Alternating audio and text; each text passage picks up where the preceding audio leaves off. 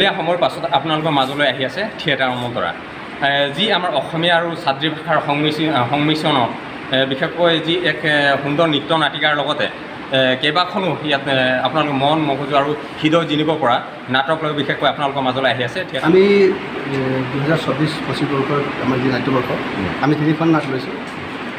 তাৰে এখন আছে আপোনাৰ ধোকা বুলি, যিটো আমাৰ অৰিজিত গগৈ ছাৰৰ হয়।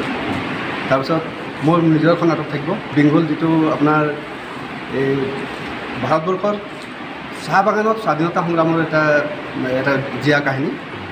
সেই কাহিনীটোক মানে বাংকাৰু চাওৰাৰ, এইটো সন্তোষ চাহ বাগিচাৰ এটা সঁচা ঘটনা। সেই কাহিনীটোৰ ওপৰত মানে সেই সঁচা কাহিনীটোৰ ওপৰত মই এটা কৰিছোঁ, যিটো নাম বেংগল। তো সেইটো থাকিব আৰু লগতে দিল মে প্ৰেমৰ দাগ বুলি এটা ৰোমান্টিক এটা হেৰি আছে। কিন্তু আমি গোটেইখিনি নাটকত মানুহখিনি মানে আমি দৰ্শক ৰাইজক এটা মেছেজ দিব বিচাৰিছোঁ।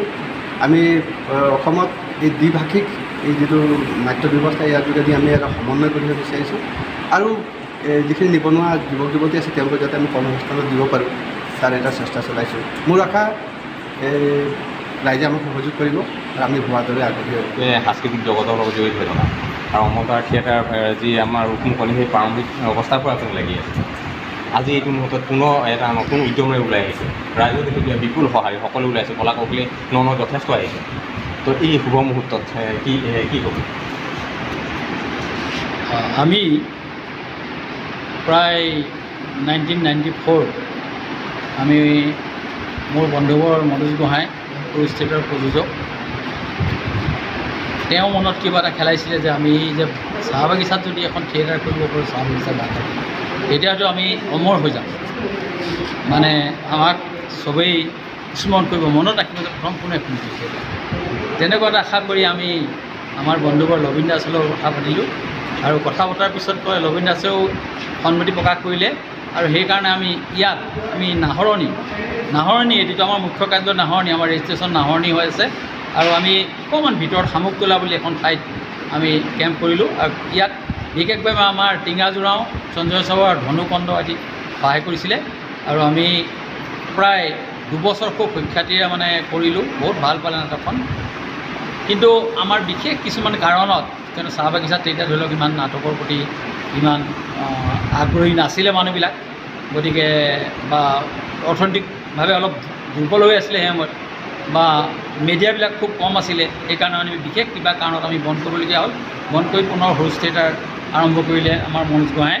কিন্তু এইবাৰ আকৌ পুনৰ আমি যি দেখিছোঁ মিডিয়াবিলাকত ওলাইছে, আকৌ আমাৰ নাম লৈছে যে ন সৰু থিয়েটাৰ আমুকে আৰম্ভ কৰিছিলে, অভিজিত গগৈ, মনোজ, লবিন, টিংৰাজে আৰম্ভ কৰিছিলে। গতিকে এইটো কিয় নাইকিয়া হৈ গ'ল, এইটো আমি বিচাৰিছোঁ। যিহেতু ইতিমধ্যে মিডিয়াবিলাক আহিলে, শিক্ষিত হ'ল, বাগিচাৰ মানুহবিলাক শিক্ষিত হ'ল, তেওঁলোকে বিচাৰিছে তেওঁলোকৰ কালচাৰ এটা। গতিকে আমি আকৌ আৰম্ভ কৰিলোঁ। বিশেষকৈ মোৰ মৰমৰ ভাইটি বুলি ক'ব লাগিব, টিংৰাজ আৰু সঞ্জয় দুয়োটাই যেতিয়া জোৰ দিলে, তেতিয়া মই গোহাঁই ওচৰলৈ পঠিয়াই দিলোঁ যে গোহাঁই যদি মালখিনি দিয়ে আমি কৰিম, একো নাই, নহ'লে এইটো অলপ দিগদাৰী হ'ব। গতিকে তেওঁ গোটেইখিনিয়ে যেতিয়া সন্মতি হ'ল, আমি কৰিবলৈ লৈছোঁ। এইবাৰ খুব সুন্দৰভাৱে আমি কৰিবলৈ লৈছোঁ আৰু আমি ইতিমধ্যে প্ৰস্তুতি আৰম্ভ কৰিছোঁ। 1 আগষ্টত আমাৰ ৰিহাৰ্চেলৰ যিটো আমাৰ আখৰাৰ শুভাৰম্ভ হ'ব ইয়াতেই নাহৰণিতে, আৰু আমি 22 আগষ্টৰ পৰা আমি ৰাইজৰ মাজলৈ ওলাই যাম 3খন নাটক লৈ। মই নিজে এখন মোৰ অতি বেছি মানে মনোৰঞ্জনধৰ্মী কমেডি নাটক দিছোঁ, যিটো ধোকা, আৰু মই আগতেও দিছিলোঁ মংগলু চৰ্দাৰ আৰু প্ৰেম বন্ধন, এনেকুৱা ধৰণৰ নাটকে বহুত সমাদৰ পাইছে মোৰ আগত। আৰু এইবাৰ মই ধোকা দিছোঁ।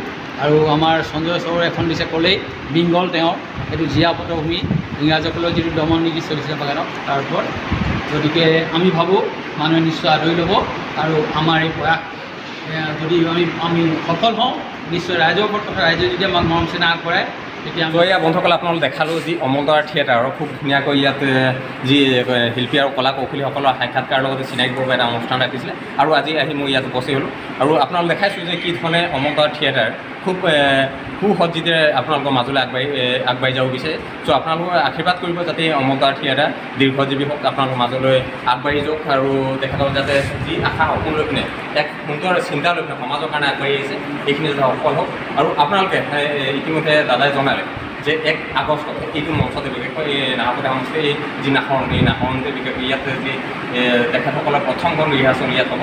ত' আপোনালোকে আহিব উপভোগ কৰিব আৰু এই অমৰতৰা থিয়েটাৰখন আপোনালোকে নিজৰ অঞ্চলত বা নিজৰ সমাজত বা নিজৰ লাইনত বা নিজৰ গাঁওখনত যদি পাবলৈ হ'লে মই তলত ডেছক্ৰিপশ্যনত এই অমৰতৰা থিয়েটাৰ যিসকল বিষয়ববীয়া আছে তেখেতসকলৰ যোগাযোগ নাম্বাৰ দিম, আপোনালোকে যোগাযোগ কৰিব।